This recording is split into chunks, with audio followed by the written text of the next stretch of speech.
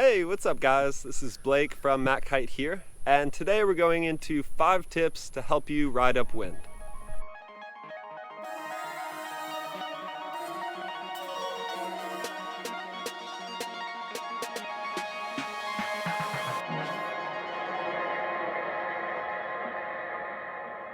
Up until this point, you've gotten all the steps and skills that you need to be a kiteboarder, but you're not ending up at the same place of where you started. So this is like the biggest hurdle here is gotten your rides, and now you just need a few little tips to help you ride upwind. So tip number 1 is to twist upwind.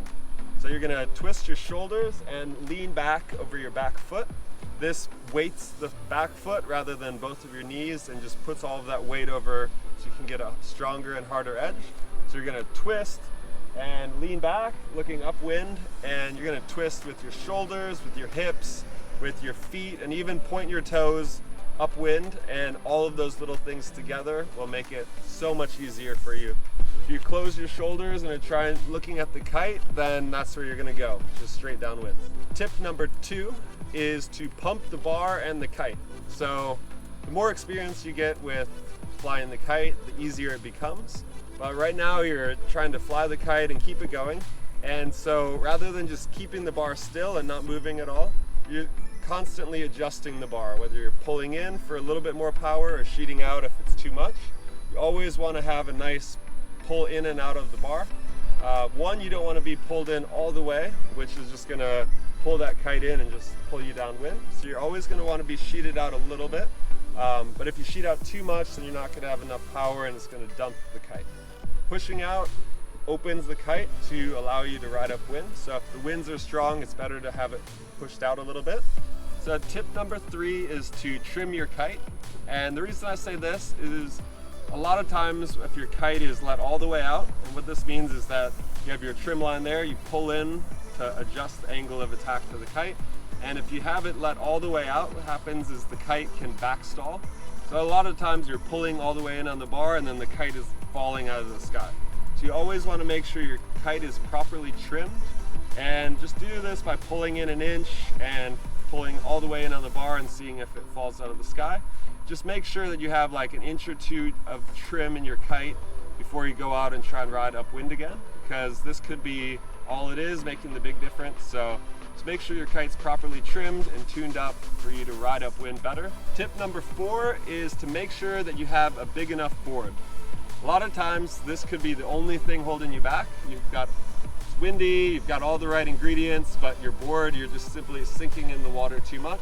And as a beginner, you need a little bigger platform in order to stay on top of the water, or it's just gonna take you a bit longer to learn how to do it. So if you're really struggling and you're not sure what it is, it could just be the size of your board, and the bigger the board, the easier it is to run. Tip number 5 is to create movement in the board and not edge too hard.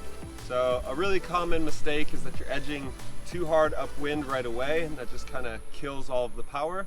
Or once you're getting going, your board is just kind of pushing through the water and not building up enough speed to stay on top of it. So there's a fine balance between plowing through the water or getting going so fast that you're just skipping across it. What creating some movement in the board does is if you feel yourself starting to slow down to where you're about to plow in the kite, and one, you want to keep the kite moving like we said, but you also need to kind of move up and down, and kind of bouncing your body up and down will release some of that surface tension on the water.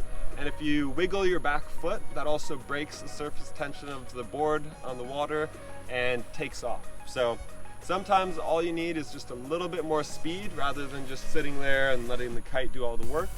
Those little tips make a big difference sometimes, especially if you're riding in lighter winds.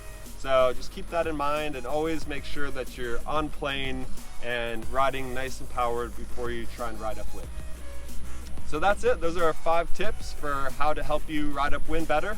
I hope they helped you out, and if they did, let us know what you think. We'll keep these videos coming for you. Next one up is the transition, and hope to see you on the water. Thanks for tuning in, and stay tuned for more.